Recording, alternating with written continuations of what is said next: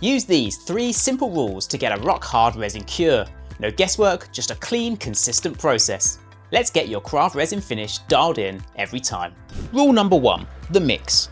Craft resin tabletop is thick, so you have to ensure parts A and B are perfectly blended. If they don't blend, the chemistry stalls and you'll see lonely spots that stay tacky. Mix for 3 full minutes, keeping the stick down to avoid bubbles. Scrape the sides and bottoms like you're cleaning out a peanut butter jar. And if you aren't hearing scrape the sides in your sleep yet, well, you're almost a pro.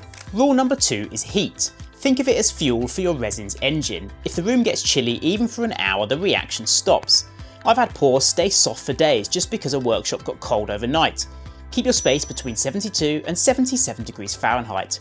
I use a space heater like this to control the temperature in my space. Consistency is the secret sauce. Rule number 3, thickness. This formula is built for coatings, not deep pours. Stick to 3mm per layer. If you go too deep, the heat builds up too fast and the resin can't breathe. It'll end up sticky, wavy, or worse, it might just smoke you out of the room. Let's not do that.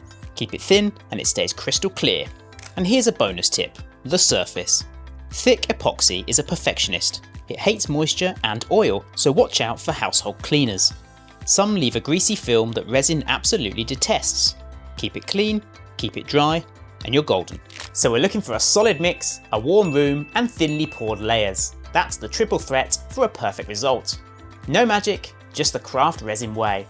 Help a fellow maker out and give this a share, and tell me in the comments, what are you pouring this week?